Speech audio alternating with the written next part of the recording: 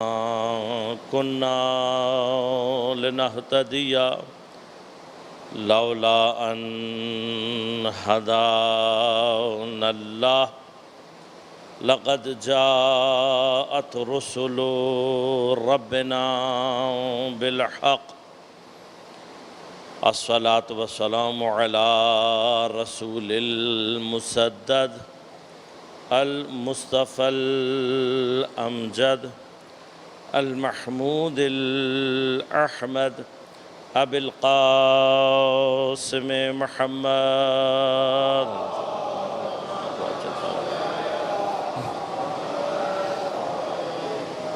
والصلاة والسلام على أسد الله الغالب غالب على كل غالب علي بن أبي طالب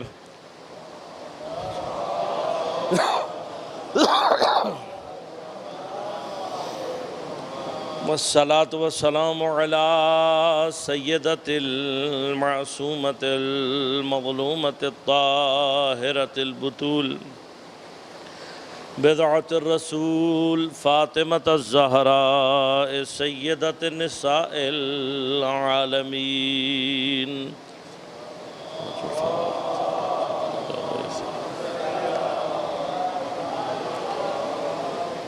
والصلاة والسلام على الحسن المجتبى والحسين المظلوم وأهل بيته الطيبين الطاهرين المعصومين المظلومين المنتجبين المنتخبين لا سيما بقية الله في الأراضين روحي وأرواح العالمين لتراب مقدمه الفداء ولعنة الله على أعدائهم أجمعين أما بعد قال الله تعالى في كتابه الكريم بسم الله الرحمن الرحيم قل إن كنتم تحبون الله فاتبعوني يحببكم الله ويغفر لكم ذنوبكم واللہ غفور الرحیم صلوات۔ موضوع پر گفتگو کے لیے سورہ مبارکہ آل عمران کی 31ویں آیت کو سرنامہ کلام کے طور پر میں نے آپ کی خدمت میں پیش کیا۔ ارشاد پروردگار ہو رہا ہے کہ اے حبیب تم ان سے کہو کہ اگر یہ اللہ سے محبت کرنے والے ہیں پس میری اتباع کریں۔ جب یہ تمہاری اتباع کریں گے تو یحببکم اللہ، اللہ بھی ان سے محبت کرے گا۔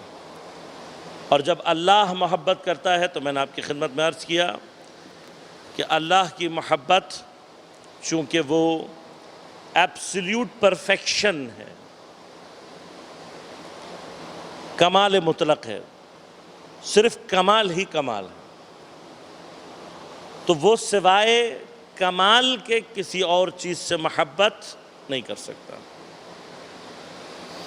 لہذا جب ہم اس سے، ہماری محبت کیا ہے؟ فائدے والی۔ ہمیں جب کسی چیز سے فائدہ ملتا ہے یا ملنے کی امید ہوتی ہے یا مل رہا ہوتا ہے تو ہمیں اس چیز سے محبت ہوتی ہے۔ لیکن اللہ کی محبت فائدے کے لیے نہیں ہے، وہ اس کے کمال کی وجہ سے۔ ہم جب اللہ سے محبت کر کے اس کی ریکوائرمنٹ کو پورا کریں گے اور اللہ اس محبت کے ریسپانس میں محبت کا جواب محبت سے دے گا، تو جب اللہ محبت کرتا ہے تو کیا کرتا ہے؟ جس سے اللہ محبت کرنے لگے اس کے نقائص اور اس کے عیوب کو ختم کرنا شروع کر دیتا ہے۔ ہمارے اندر عیب کہاں سے آتا ہے؟ ہمارے اندر نقص کہاں سے آتا ہے؟ ہم جب بھی دین اور شریعت کے بنائے ہوئے راستے سے انحراف کریں گے، اس سے ڈائیورٹ ہوں گے، تو جو چیز گناہ ہے بیسیکلی وہ کیا ہوتا ہے؟ ہمارے اندر ایک نقص کو ایجاد کرتا ہے، ایک خرابی کو ایجاد کرتا ہے۔ اس پر تھوڑا سا توجہ دیجیے گا۔ گناہ کو کبھی اگر آپ اس اینگل سے سوچیں گے اور اس ڈائمنشن سے گناہ پہ اوپر نگاہ کریں گے کہ بنیادی طور پر گناہ کرنا ہو سکتا ہے کہ اس کے اندر کوئی لذت ظاہری موجود ہو، لیکن یہ لذت ظاہری کرتی کیا ہے؟ ہمارے اندر ایک ایسی ظلمت ایجاد کر دیتی ہے کہ جو ہمیں خدا سے دور کر دیتی ہے، پرفیکشن سے دور کر دیتی ہے، کمال سے دور کر دیتی ہے۔ اب بالکل ایسے ہی ہے کہ جیسے اگر آپ کے گلے خراب ہونے کا احتمال ہو لیکن آپ کوئی ایسی غذا کھائیں کہ جو بظاہر تو مزیدار ہے لیکن اس کا نتیجہ کیا نکلے گا کہ آپ مریض ہو جائیں گے۔ گناہ بنیادی طور پر روح کے مریض ہونے کی اور روح میں مرض کرنے کی، ایجاد کرنے کی وجہ بنتا ہے۔ لہذا جتنا گناہ سے بچا جائے گا اتنا روح خود بخود اس کے اندر ایک مرتبہ بلند آواز سے پڑھ اللہ صلی اللہ علیہ وسلم۔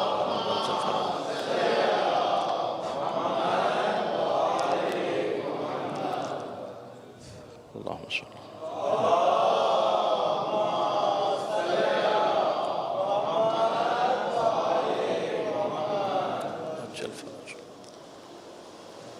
جتنا روح کے اندر سے گناہ کم ہوتے چلے جائیں گے اتنی اس کے اندر کمالات خود بخود پیدا ہوتے چلے جائیں گے۔ اللہ کی محبت کیا کرتی ہے؟ ہمیں وہ کمالات کی طرف لے کر جاتی ہے۔ لہذا چونکہ میں ابھی اس مرحلے میں داخل نہیں ہوا ہوں، انشاءاللہ میں نے عرض کیا کہ پہلے محبت کا مرحلہ یہ بیس لائن ہے، اس سے اوپر مودت ہے اور اس سے اوپر ولایت کا مرحلہ ہے۔ اگر انسان محبت کا مرحلہ کلیئر کر لے اور مودت کا مرحلہ کلیئر کر لے تو ولایت کا مرحلہ وہ ہے کہ جہاں پر حتیٰ انسان کے وجود سے کمالات اور کرامات ظاہر ہونا شروع ہو جائے۔ وہ مرحلہ بھی آ سکتا ہے لیکن پہلے یہ دو مراحل طے کرنے ہیں۔ اب اللہ کی محبت، اللہ تک محبت کے لیے عقل کا کام میں نے عرض کیا کیا ہے؟ عقل ہمیں خدا کے بارے میں اس کا ثبوت فراہم کر سکتی ہے۔ عقل کے بغیر خدا کا ثبوت ممکن نہیں ہے۔ دیکھیں ہمارے پاس ابھی کیا مشکل ہوتی ہے، ہم نے جو اللہ پر ایمان اور اعتقاد رکھا ہوا ہوتا ہے وہ عقلی نہیں ہوتا، تقلیدی ہوتا ہے۔ مثلا چونکہ میرے امی ابو نے مجھے بچپن سے یاد کرا دیا کہ اللہ ایک ہے تو مجھے یاد ہے کہ اللہ ایک ہے۔ بچپن کے بہت سارے سوال ان کو والدین معمولاً چونکہ صحیح انٹرٹین نہیں کرتے، جواب نہیں دیتے، تو بچوں کے ذہنوں میں خدا کا بڑا ایک عجیب و غریب خاکہ ہوتا ہے۔ مثلا خدا بہت بڑا ہے تو نظر کیوں نہیں آتا؟ خدا کہاں ہے؟ ہم سے بات کیوں نہیں کرتا؟ وغیرہ وغیرہ بچپن کے جتنے سوالات ہیں۔ اب معمولاً والدین کیا کرتے ہیں؟ انہیں ٹال دیتے ہیں، کبھی ادھر کبھی، اور اکثر والدین غلط جواب دیتے ہیں۔ بنیادی طور پر اگر توحید کا ٹیسٹ لیا جائے تو اکثر جو ہے ہم میں سے ان کے توحید کا جو کانسیپٹ ہے وہی غلط ہے۔ اسی لیے بہت سارے مسائل ہمارے جو زندگیوں میں حل نہیں ہو رہے ہوتے، اس کی ایک اہم وجہ یہی ہے کہ ہمیں یہی نہیں پتا کہ ایگزیکٹلی توحید ہے کیا۔ اب لازمات ہے میں اس لیے اب توحید کے موضوع کو کھول نہیں سکتا کیونکہ میرا موضوع نہیں ہے یہاں پہ آج، لیکن عقل سے آپ توحید کو ثابت کر سکتے ہیں۔ عقل کر سکتی ہے، اس کو بہت بڑا کام نہیں ہے، لیکن صرف ثابت کر سکتی ہے۔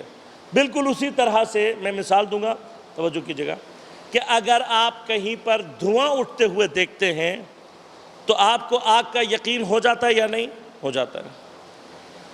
یہ عقل کا کام ہے کہ وہ اثر سے مؤثر کی طرف خود بخود جاتی ہے۔ اسی طرح سے اللہ کے وجود کے اور اس کے بہت سارے ایٹریبیوٹس کے، اس کے بہت سارے صفات کے دلائل عقلی طور پر حاصل کیے جا سکتے ہیں اور عقلی طور پر ہم اس کا اثبات کر سکتے ہیں، لیکن عقل میں خدا کا جو تصور اور پھر آگے چل کر اس کی جو محبت کا تصور ہے وہ صرف ایک تصور کے طور پر رہ جاتا ہے،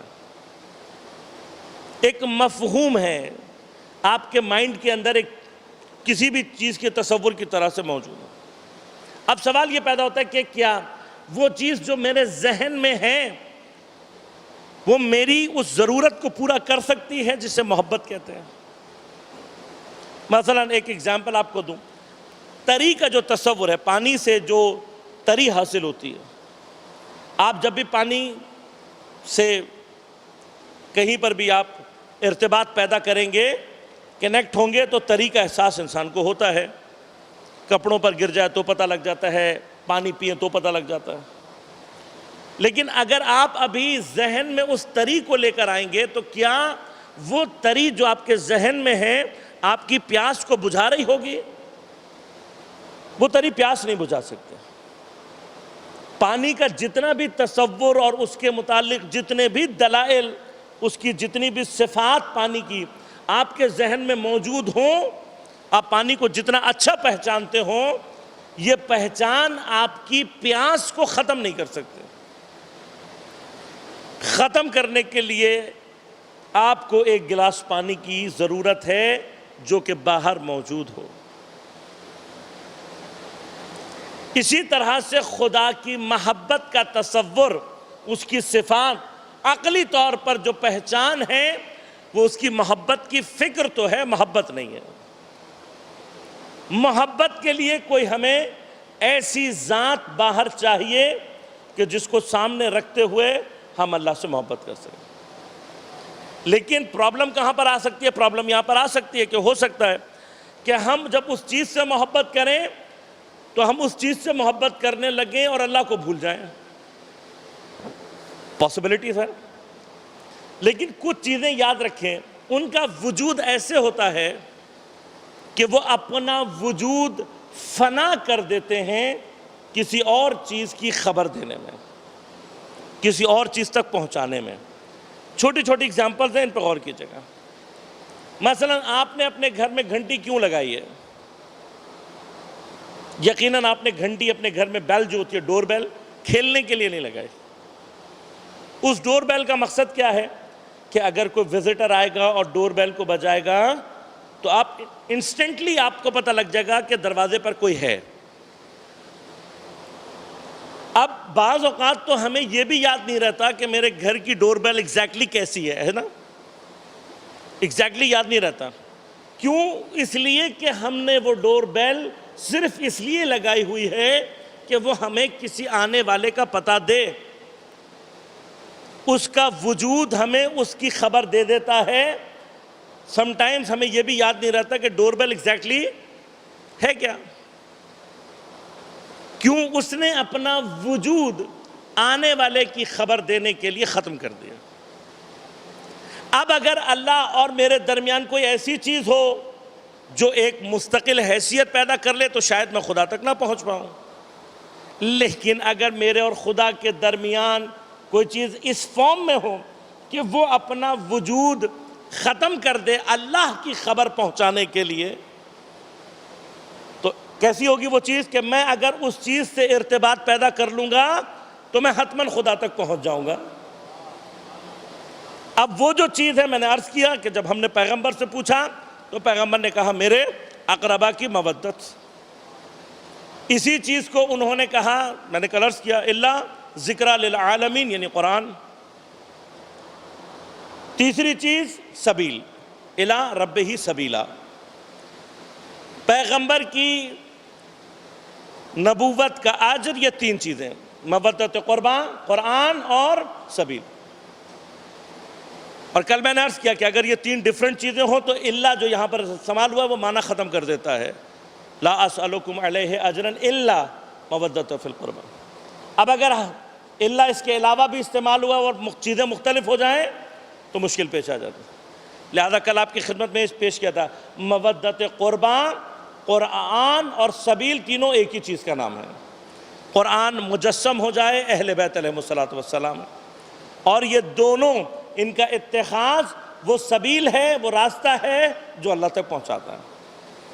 لیکن اس کے علاوہ کیا فرمایا؟ فَهُوَ لَكُمْ، یہ جو اللہ اور تمہارے درمیان میں واسطہ بن رہے ہیں، فَهُوَ لَكُمْ، اس کا تمام تر فائدہ تمہیں ہے۔ کیوں؟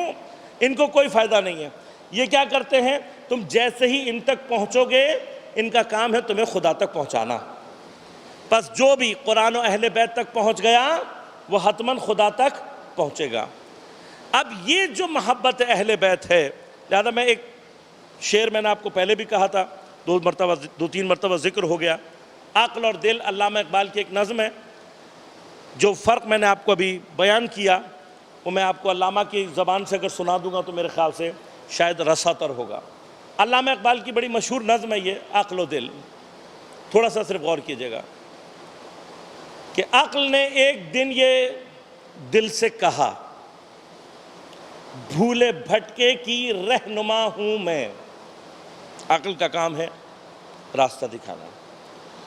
ہوں زمیں پر گزر فلک پر میرا، دیکھ تو کس قدر رسا ہوں میں۔ زمین پر ہے لیکن آسمانوں کی سیر کرتی ہے، دیکھ تو کس قدر رسا ہوں میں۔ کام دنیا میں رہبری ہے میرا، مثل خضر خجستہ پا ہوں میں۔ جیسے حضرت خضر لوگوں کی رہنمائی کرتے ہیں، حتیٰ حضرت موسیٰ کی رہنمائی کی، میرا کام ہے لوگوں کی رہبری کرنا۔ ہوں مفسر کتاب ہستی کی، مظہر شان کبریا ہوں میں۔ بوند ایک خون کی ہے تو لیکن غیرت لعل بے بہا ہوں میں۔ دل کیا ہے؟ اس نے کہا تم ایک خون کی بوند ہو، اس سے زیادہ تمہاری کوئی حیثیت نہیں ہے، لیکن میں ایک بہت قیمتی گوہر ہوں۔ تو دل نے سن کر کہا یہ سب سچ ہے، پر مجھے بھی تو دیکھ کیا ہوں میں۔ راز ہستی کو تو سمجھتی ہے، اور آنکھوں سے دیکھتا ہوں میں۔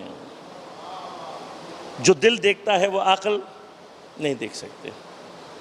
ہے تجھے واسطہ مظاہر سے، اور باطن سے آشنا ہوں میں۔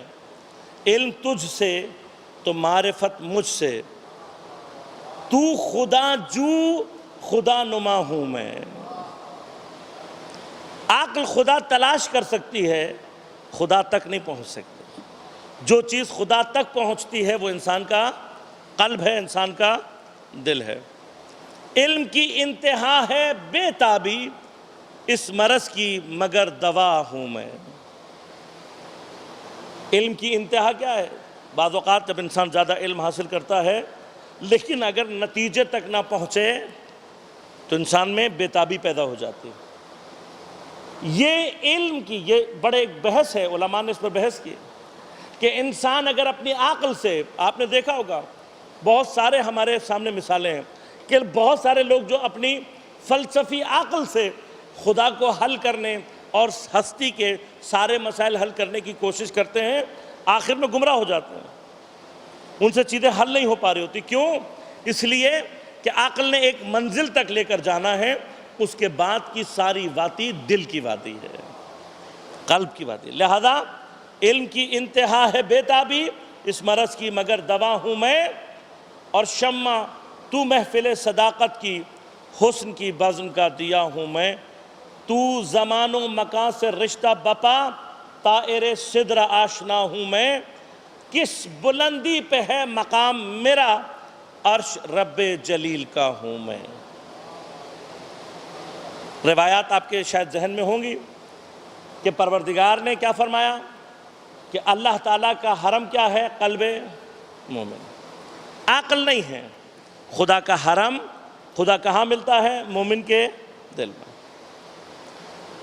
لہذا دل کا یہ مقام کہ جہاں تک دل پہنچ سکتا ہے عقل وہاں نہیں، بس عقل نے ایک مرحلے تک لے کر جانا ہے۔ ہم نے اپنی عقل سے اہل بیت کی معرفت حاصل کرنی ہے کہ یہ واسطہ فیض ہیں ہمارے اور خدا کے درمیان. اس کے بعد ہم نے اہل بیت کو اپنا دل دینا ہے، اہل بیت کی محبت کو اپنے دل میں جگہ دینی ہے، اہل بیت سے عشق کرنا ہے، اہل بیت سے محبت کرنی ہے. اہل بیت سے محبت اگر کر لی تو خود بخود خدا کی محبت ہمارے قلب میں آ جائے گی اور خود بخود خدا ہم سے محبت کرنے لگے گا. لہذا اب یہ جو محبت اہل بیت ہے کہ جو قرآن اور حدیث سے ثابت ہے، میں نے عرض کیا تھا کہ یہ محبت اگر واقعاً اہل بیت کی پیدا ہو جائے تو اہل بیت کی محبت کیا کمال دکھاتی ہے. امام جعفر صادق علیہ السلام اللہم صلی اللہ علیہ وسلم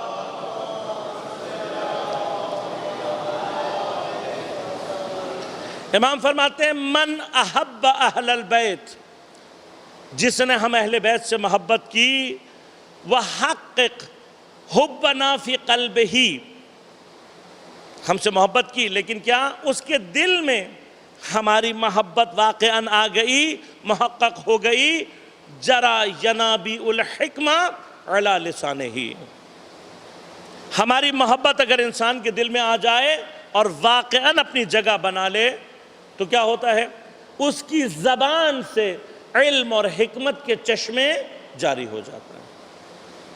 پس اہل بیت کی محبت کا ایک فائدہ کیا ہے کہ انسان کے لیے علم اور حکمت کے باب کھلنا شروع ہو جاتا ہے. اہل بیت علیہم السلام کی محبت کیسا گوہر ہے کہ یہ روایت کہ جسے جناب ابن عباس نے بھی رسول اکرم صلی اللہ علیہ وآلہ وسلم سے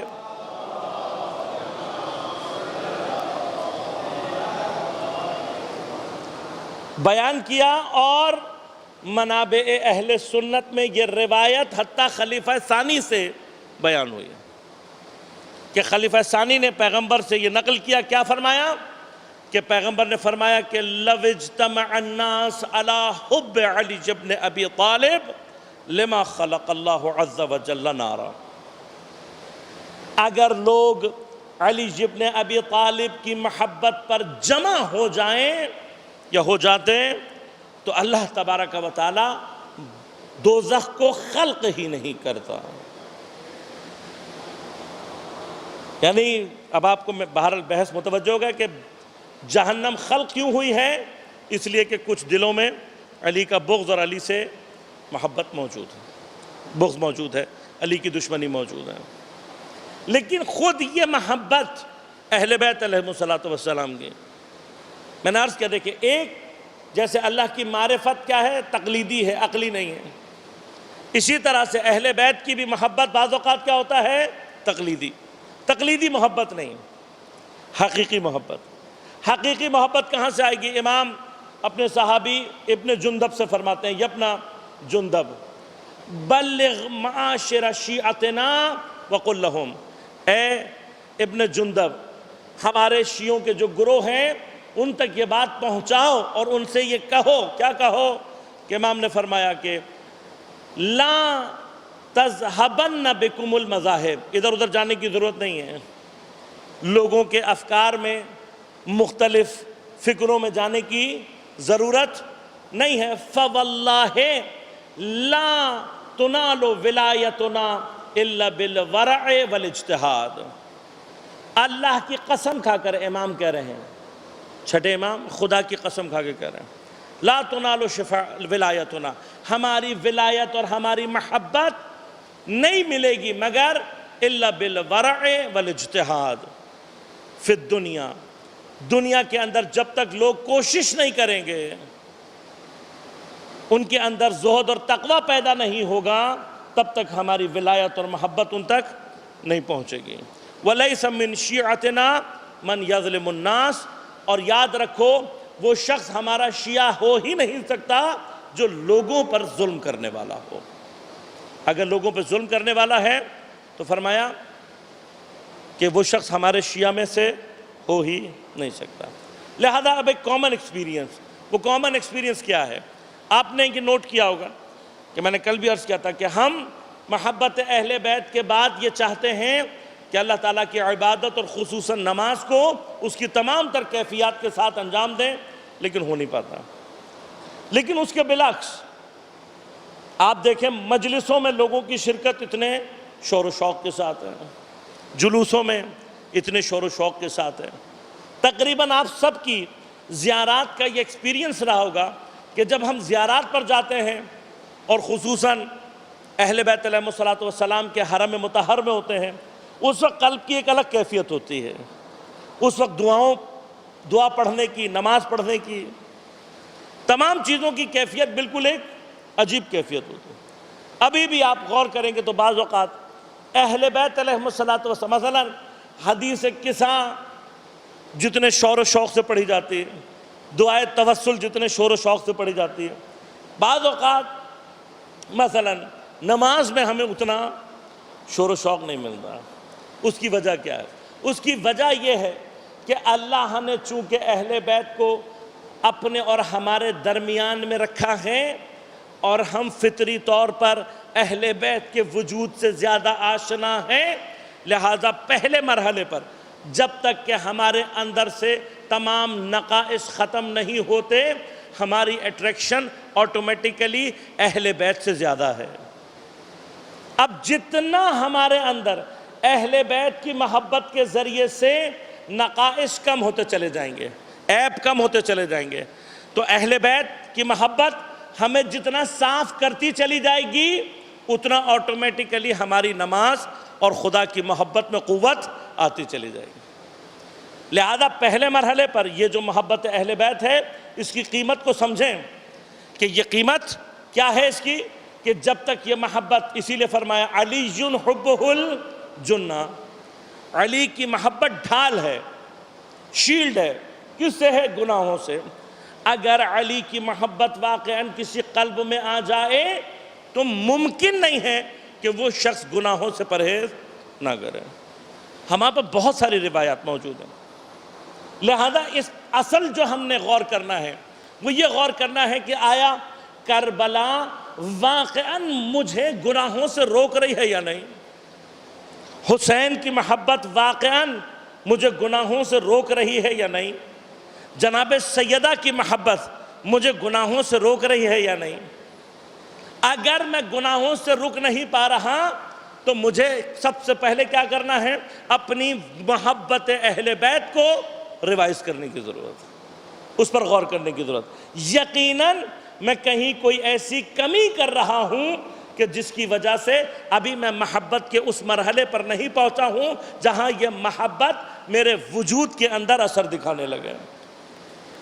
اب اگر یہ وجود اثر دکھانے لگے گی، لہذا میں نے عرض کیا کہ کبھی کبھار حال و ہوا پیدا ہوتی ہے اور ہم بہت اچھی نماز پڑھتے ہیں، لیکن چونکہ ابھی اندر سے ہم صاف نہیں ہوئے ہیں، ابھی ہم اس مرحلے کے لیے کہ جو مرحلہ پروردگار کے نزدیک اخلاص کا مرحلہ ہے، آمادہ نہیں ہوئے ہوتے، تو کیا ہوتا ہے؟ وہ نماز بجائے ہمارے اندر کوئی کمال پیدا کرے، عجب اور ریاکاری اور دکھاوے کا مرض پیدا کر دیتی ہے۔ اور یاد رکھے گا کہ یہ جو تکبر، مثلا میں نے نماز اچھی پڑھی، اب میرا سینہ چوڑا ہو گیا، میں نے کوئی بڑی ڈوب کر نماز پڑھی تو اب میں اپنے اندر یہ سمجھ رہا ہوں کہ میں نے کوئی بہت بڑا کارنامہ کر دیا۔ اللہ کی عبادت غرور ختم کرنے کے لیے سجدہ، ایک جو سجدے کی تفسیر ہے وہ کیا؟ تذلل، اپنے آپ کو اللہ کے سامنے ذلیل کرنا۔ جتنا اللہ کے سامنے ذلیل ہوتا ہے اتنا عبد خدا کے نزدیک عزیز ہوتا چلا جاتا ہے۔ لیکن چونکہ ہمارے اندر مرض ہے، لہذا کیا ہوتا ہے؟ وہ بجائے سجدہ ہمارے اندر پازیٹیوٹی پیدا کرنے کے، عجب، ریاکاری، دکھاوا، تکبر جیسی بیماری پیدا کرنے لگنا۔ لہذا واقعاً ایک امام صادق علیہ السلام سے حدیث ہے، اللہم صلی اللہ علیہ وسلم، لیکن واقعاً بہت سارے مسائل حل کرتی ہے۔ امام فرماتے ہیں کہ ان اللہ علم، اللہ کو یہ بات معلوم ہے، ان الذنب خیر للمؤمن من العجب، اللہ یہ بات جانتا ہے. کیا جانتا ہے؟ کہ گناہ مومن کے لیے ریاکاری، عجب، غرور، تکبر، اس سے گناہ بہتر ہے.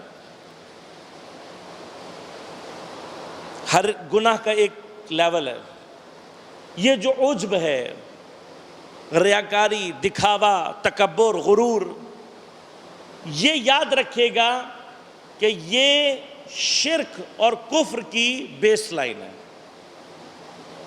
یہ بندے میں اگر پیدا ہو جائے تو پھر اس کا کفر اور شرک کی طرف جانا قوی ہو جاتا ہے. لہذا میں نے، اگر آپ کو یاد ہوگا کہ ظرف وجودی کی جب بحث کی تھی، اور میں نے کہا تھا جتنا اندر سے انسان بڑا ہوتا ہے اس کو غصہ دیر میں آتا ہے، غرور کرنے والے کا ظرف اتنا ہی چھوٹا ہوتا ہے، لہذا اس کو غصہ جلدی آتا ہے.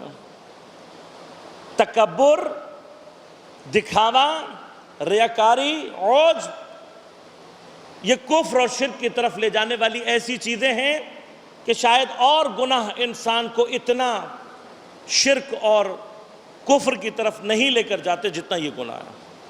لہذا اللہ تعالیٰ جانتا ہے کہ باقی گناہ بہتر ہے مومن کے لیے، مگر یہ کہ اس کے اندر عجب اور ریاکاری اور تکبر پیدا ہو.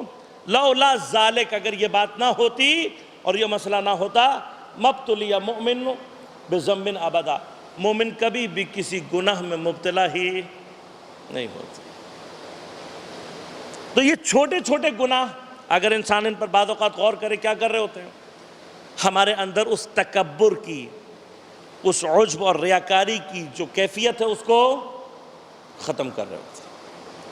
لیکن اگر انسان واقعاً، اب اہل بیت کی محبت کیا کرتی ہے؟ اہل بیت کی محبت کیا کرتی ہے کہ انسان کو بالکل یہ چیزیں، محبت اہل بیت کرنے والا کبھی بھی اس کے اندر تکبر اور غرور نہیں ہونا چاہیے. لہذا امام فرمایا لیس من شیعتنا، اصلاً وہ ہمارا شیعہ نہیں ہے کہ جو دوسرے انسانوں پر ظلم کریں. اب لوگوں پر ظلم سے بچانے کا راستہ کیا ہے؟ جتنا آپ لوگوں کے سامنے خضوع اور خشوع سے پیش آئیں گے، اتنا یہ کیفیت آپ کے اندر خود بخود پیدا ہوتی چلے گی. لہذا اگر اہل بیت کی وہ محبت کہ جو ہمیں اس مرحلے پر لے آئے کہ ہم دوسروں پر ظلم نہ کریں، ہمارے اندر سے عجب، ریاکاری اور اس کے ریشے کو ختم کر دے، یہاں تک اہل بیت کی محبت ہمیں پہنچا دے، اتنی کم از کم اہل بیت کی محبت ہمارے اندر موجود ہو، تو پھر حب اہل بیت کیا فرمایا؟ روایت کے الفاظ ہیں، فرمایا کہ حب علی حسنۃ، علی کی محبت خود ایک ایسی نیکی ہے کہ لا یضر معہا سیئۃ، کہ اگر یہ محبت آ جائے انسان کے دل میں تو یہ ایک ایسی نیکی ہے جس کے ساتھ کوئی گناہ انسان کو نقصان نہیں پہنچا سکتا. اور عین اس کے مقابلے پر وَبُغْضُ عَلِيٍّ سَيِّئَةٌ، کہ لا ينفع معہا حسنۃ. اور صرف یہ نہیں ہے، اہل بیت دونوں طرف، اللہ، میں نے عرض کیا کسی سے دشمنی نہیں کرتا، وہ اس سے بہت ماورا ہے کہ کسی سے دشمنی کرے، وہ اس سے بہت ماورا ہے، کیوں؟ کوئی اس کو نقصان نہیں پہنچا سکتا. لہذا اللہ سے بھی دشمنی کا جو معیار ہے وہ کون ہے؟ محمد و آل محمد. اللہ سے محبت کا معیار بھی اور اللہ سے دشمنی کا. لہذا جس نے اہل بیت سے دشمنی کی تو یہ ایک ایسا گناہ ہے کہ جس کے دل میں بغض علی ہے، پھر جتنا مرضی ثواب کما لے اسے کوئی فائدہ نہیں پہنچے. کل عرض کروں گا انشاءاللہ آپ کی خدمت میں کہ اہل بیت کے بغیر خدا تک پہنچنا ناممکن، لیکن اہل بیت علیہ السلام ہی کے تربیت یافتہ افراد ہیں کہ جن کا وجود اللہ کی وجود کی علامت بن جاتا ہے. اور کربلا میں امام حسین ایسے ہی افراد کو لے کر پہنچے. اور ان میں سے ایک اہم کربلا میں امام حسین کی قربانی بھی کہیں، اس مذہب کو زندہ رکھنے کے لیے ایک بہت بڑا سرمایہ جو حسین نے لٹا دیا وہ آپ کا جوان بیٹا جناب علی الاکبر علیہ السلام۔ جناب علی الاکبر کے بارے میں روایاتیں کہتی ہیں کہ شکل و صورت اور لہجے میں آپ بالکل پیغمبر اکرم صلی اللہ علیہ وسلم مشابہ، اتنے مشابہ ہیں کہ روایات کہتی ہیں کہ جب بھی میرے مولا کو پیغمبر کی یاد آتی آپ جناب علی اکبر کی سیما کی زیارت کیا کرتے ہیں، جناب علی اکبر کو دیکھ لیا کرتے ہیں، اتنا شباہت رکھتے ہیں۔ اور جب جناب علی اکبر کو حسین کی جانب سے جب تمام میرے مولا کے انصار ایک ایک کر کے شہید ہو گئے اور بنی ہاشم باقی رہ گئے، تو جو پہلی قربانی حضرت نے بھیجی ہے وہ جناب علی الاکبر، اور جس وقت جناب کو بھیج رہے ہیں باقاعدہ خدا کو گواہ کر کے کہہ رہے ہیں پروردگار تو گواہ رہنا، میں قوم اشقیاء کی طرف جس کو بھیج رہا ہوں یہ اپنی صورت میں، اپنی سیرت میں، اپنی منطق میں شبیہ رسول، اور حضرت کی قربانی تا قیام قیامت یہ ثابت کرتی رہے گی کہ لشکر یزید میں کوئی مسلمان نہیں تھا۔ ایسا ہو ہی نہیں سکتا کہ کوئی مسلمان ہو اور صورت مصطفیٰ کے ٹکڑے ٹکڑے کر دے۔ جتنے آپ خوبصورت ہیں اتنے ہی آپ زاہد اور عابد ہیں، اور جتنے آپ زاہد اور عابد ہیں اتنے ہی جناب علی اکبر شجاع بھی ہیں۔ کربلا میں بہت سارے امور کی نگہداری آپ کے پاس ہے، لیکن جب حضرت نے بھیجا ہے اور آپ زرہ پہن کر خود پہن کر وارد ہوئے ہیں میدان میں، تو شجاعت علی اکبر یہ ہے کہ آپ نے پہلا حملہ قلب لشکر پر کیا، اور جناب علی اکبر کی جرأت اور شجاعت کا اندازہ یہ ہے کہ جناب اکبر نے قلب لشکر کو تتر بتر کر دیا، بکھیر کر رکھ دیا، اور کسی طرح سے حضرت دشمن کے قابو نہیں آ رہے۔ یہ واحد شہید، یعنی یہ جناب علی اکبر کی شجاعت کی دلیلوں میں سے ہے کہ کوئی قلب لشکر پہ حملہ کر کے اس لشکر کے درمیان سے زندہ واپس چلا آئے۔ یہ شجاعت ہے جناب علی اکبر کی۔ لیکن اب واپس آ کر جو جملے کہہ رہے ہیں عزاداروں وہ تڑپا دینے والے جملے ہیں۔ بابا یہ گرمی اور یہ جو زرہ وغیرہ میں نے پہنا ہوا ہے یہ لوہا، اس کی گرمی مجھے مار رہی ہے، اتنی دیر سے جنگ کر رہے ہیں، گرمی ہے، زرہ کی گرمی، خود کی گرمی، بابا اس لوہے کی گرمی مجھے مار رہی ہے، بابا اگر 2 گھونٹ پانی مل جائے علی اکبر جنگ کے نقشے کو بدل دے گا۔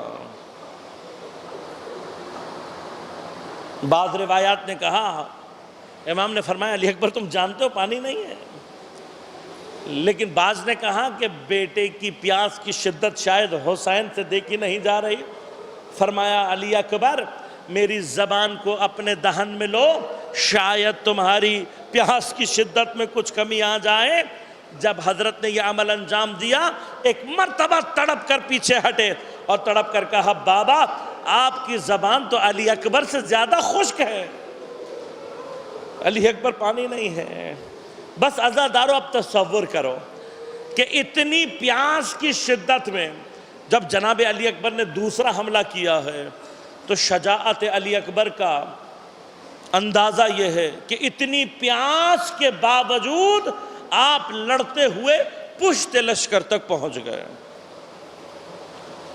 باقاعدہ لشکر سے آوازیں آ رہی ہیں کہ اگر علی اکبر زندہ رہے تو یہ علی اکبر ہی ہمیں ختم کر دیں گے، لہذا اب کوئی چارہ نہیں ہے مگر یہ کہ علی اکبر کو دھوکہ دیا جائے۔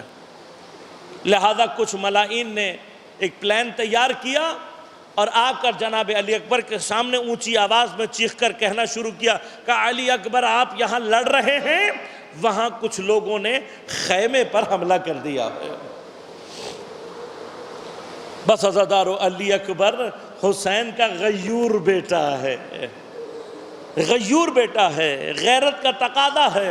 آپ نے ایک لحظے کے لیے خیمے گاہ کی طرف نگاہ کی، یہاں پر حسین بن نمیر ملعون نیزہ تاک کر کھڑا تھا۔ فرمایا اتنی زور سے جگر کے مقام پر نیزہ مارا کہ نیزے کی انی حضرت کے جگر کے مقام پر ٹوٹ گئی۔ بس عزادارو، برچھی کا پل ٹوٹنا تھا، حضرت کے کلیجے کے مقام سے خون ابل ابل کر نکلنا شروع ہوا۔ میرا مولا جب تک ہاتھ میں طاقت تھی لڑتا رہا، لیکن جب خون بہت بہ گیا تو آہستہ آہستہ میرے مولا کے ہاتھ میں کمی آتی گئی۔ ایک وقت وہ آیا بس عزادارو، ایک وقت وہ آیا جب علی اکبر کے ہاتھ سے تلوار چھوٹ گئی۔ میرے مولا نے اپنے آپ کو گھوڑے کی گردن میں ڈال دیا اور ایک مرتبہ آواز لگائی، کہا اے میرے گھوڑے، مجھے خیمے کی طرف لے جا، مجھے خیمہ گاہ کی طرف لے جا، مجھے میرے بابا کے پاس لے جا۔ شاید جناب علی اکبر کو اس بات کا احساس تھا کہ میں جوان بیٹا ہوں، ارے میرا بوڑھا باپ ہے، میں اگر بہت دور سے آواز دوں گا میرا بوڑھا باپ ارے مجھ تک کیسے پہنچ پائے گا۔ لیکن عزادار، بس راویوں نے لکھا ہے کہ اس عالم نے حضرت کا گھوڑا جہاں جہاں سے گزرتا تھا یہ ظالم تلواریں لیے کھڑے تھے، حضرت کی پشت پر تلواروں کے وار کرتے جاتے تھے۔ مقاتل نے عجیب جملہ لکھا ہے، فرمایا فقطعوہ بسیوفہم اربن اربن، انہوں نے اپنی تلواروں سے حضرت کے بدن کے ٹکڑے ٹکڑے کر دیے۔ آج کربلا میں جہاں مقام علی اکبر ہے عزیز، وہ یہاں پہنچ کر میرا مولا گھوڑے پر سنبھل نہ پایا، اس موقع پر آواز دی کہ علیک بن السلام یا ابا عبداللہ۔ اس کے بعد میرا مولا گھوڑے سے گر گیا، لیکن عزادارو اس آواز کا خیمے میں آنا تھا۔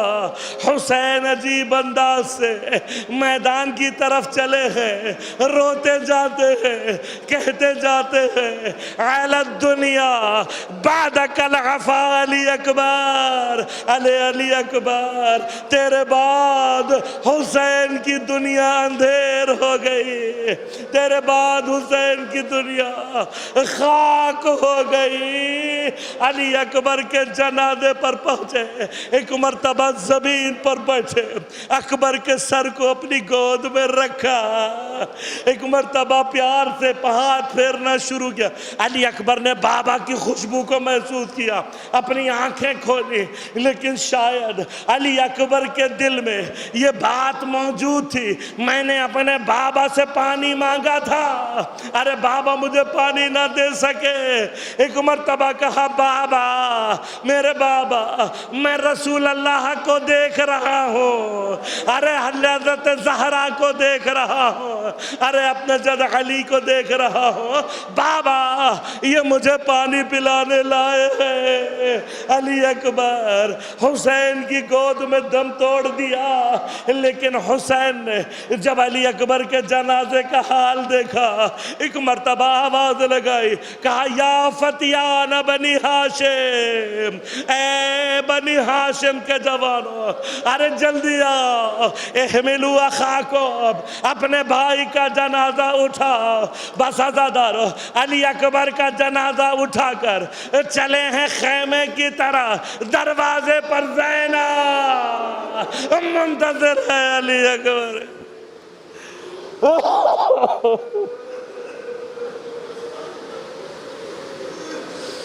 الا ولعنت اللہ علی القوم الظالمین۔